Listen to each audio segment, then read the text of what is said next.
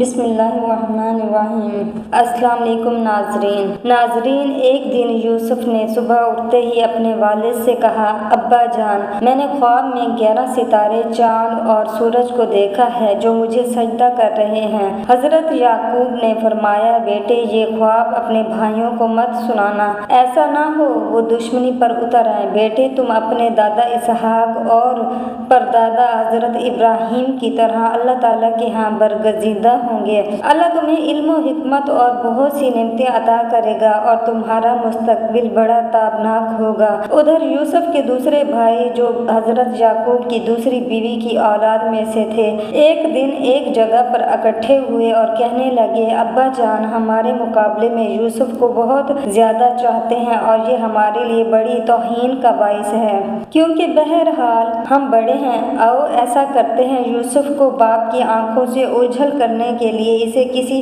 دور دراز جگہ پر چھوڑ آئیں۔ اس طرح ابا جان اس کی غیر موجودگی میں ہمیں اہمیت دینے لگیں گے۔ یہ طے کرنے کے بعد وہ حضرت یعقوب کے پاس آئے اور کہنے لگے، ابا جان، کیا وجہ ہے کہ آپ یوسف کے بارے میں ہم پر اعتماد نہیں کرتے اور اسے ہمارے ساتھ آنے جانے سے روکتے ہیں؟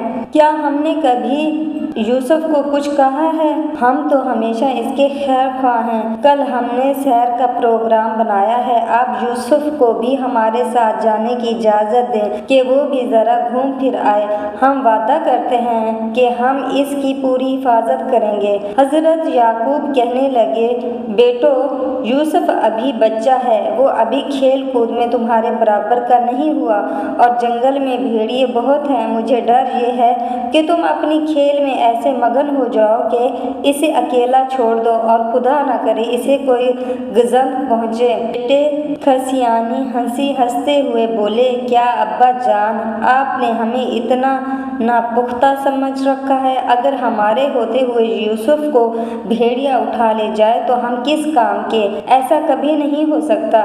اس طرح انہوں نے حضرت یعقوب کو منا لیا اور یوسف کو ساتھ لے جانے میں کامیاب ہو گئے۔ وہ ایک بیابان جنگل میں آ گئے، جہاں نہ حضرت یعقوب تھے اور نہ کوئی اور دیکھنے والا تھا۔ انہوں نے یوسف کی قمیض اتروا لی اور اسے ایک کنویں میں ڈال دیا تاکہ کوئی قافلہ وہاں سے گزرتے ہوئے اسے نکالے اور اپنے ساتھ لے جائے۔ یوسف کو کنویں کے اس اندھیرے میں بھی اللہ تعالیٰ کے فضل و کرم پر بھروسہ تھا اور وہ اس کا ذکر کرتے رہے۔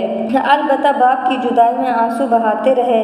ان کے دل سے بار بار یہ آواز آتی تھی کہ یوسف، گھبراؤ مت، حالات کبھی ایک جیسے نہیں رہتے۔ تمہارے یہی بھائی جنہوں نے اتنی سرد مہری اور ظلم کا مظاہرہ کیا ہے، ایک دن شدید بدحالی کا شکار ہوں گے اور تیرے دروازے پر آئیں گے۔ اس وقت یہ اپنی جہالت اور بدعمالی پر سخت شرمندہ ہوں گے۔ شام ہوئی تو بھائی گھر لوٹے اور مگرمچھ کے آنسو بہاتے ہوئے حضرت یعقوب سے کہنے لگے، ابا جان، ہم بالکل سچ کہہ رہے ہیں۔ ہم دوڑیں لگا رہے تھے اور یوسف کو اپنے سامان کے پاس چھوڑ گئے تھے۔ جب ہم واپس آئے تو دیکھا کہ یوسف کو تو بھیڑیا لے گیا ہے۔ ابو، آپ ہماری بات کا یقین نہیں کریں گے اور یہی کہیں گے کہ ہم جھوٹ بول رہے ہیں۔ یہ دیکھیے، یوسف کی خون آلود قمیض اپنے ساتھ لائے ہیں۔ حضرت یعقوب بہت رنجیدہ ہوئے اور فرمایا، ایسا نہیں ہے، بلکہ تم نے کوئی چال چلی ہے۔ بہرحال صبر کے علاوہ اور میں کیا کر سکتا ہوں؟ اللہ تعالیٰ میری مدد کرے گا۔ ادھر ایک قافلہ وہاں آ کر رکا۔ پانی تلاش کرنے والا کنویں کی طرف آ نکلا۔ اس نے ڈول کنویں میں ڈالا۔ یوسف نے ڈول کو پکڑ لیا اور اس طرح کنویں سے باہر آ گئے۔ وہ پانی کی بجائے ایک خوبصورت لڑکے کو دیکھ کر باغ ہو گیا اور یوسف کو لے کر قافلے کی طرف لوٹا۔